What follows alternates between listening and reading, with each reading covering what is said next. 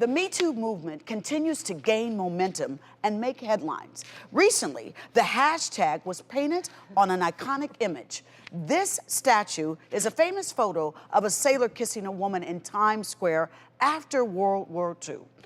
True Team, what say you? I think, again, this story is so intriguing. And the real story is this guy had just learned, he and his girlfriend were out at a bar, and they learned that World War II was ended. So he runs out, he grabs the first lady that he can, he gives her this big, like, celebratory kiss, and some Me Too advocates are saying, look, that was a public sexual assault that happened to this nurse. And that's where we need to start drawing the line, because this is a crazy, slippery slope that when people who are truly victims and really need to be heard in the Me Too movement, this now clouds sort of any individual that might come forward. Well, what is this? Is this truly an issue?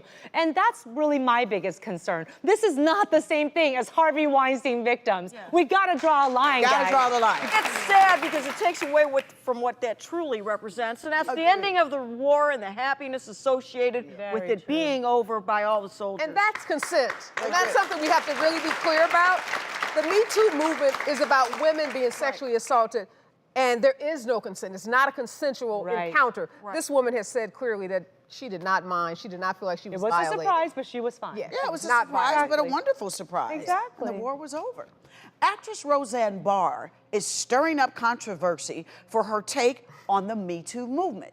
Roseanne said Me Too accusers are pretending that they didn't go to trade sexual favors for money.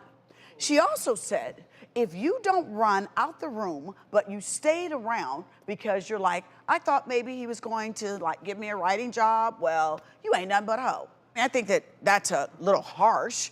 I think she needs to get a job.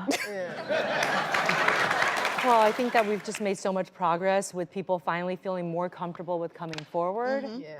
That I think it's just really important to focus on that. This is the old school shaming that we've gotten past. So calling women hoes, you know, let's there's no place for that. refocus. Let's refocus. And I just think with Roseanne, it's like she keeps on stepping in it. Stepping in it. It's like she kind of gets out and you kind of like, you know, you're like, okay, well, all right, we're gonna give you another chance, and then she does it again. I mean, there's nothing wrong with having an opinion, but you know, you would think as much as what this woman has lost, that Roseanne would just learn to be a little bit more selective in how she talks about things. If you haven't walked in the shoes of someone that's been sexually assaulted, I just don't see where you have a place to call that person out of their names. You know, so we're gonna just put down a whole movement, you know, hundreds and hundreds of women that have come forward that have really changed the discussion. I used to represent women in sexual harassment cases 10 years ago, 20 years ago, when women were afraid to come forward because they lost their jobs. A lot of times they lost their personal relationship with their spouse or their husband. They were shamed, they were humiliated, they were ostracized. Wow. And now to see this sea change that's happened over the last couple of years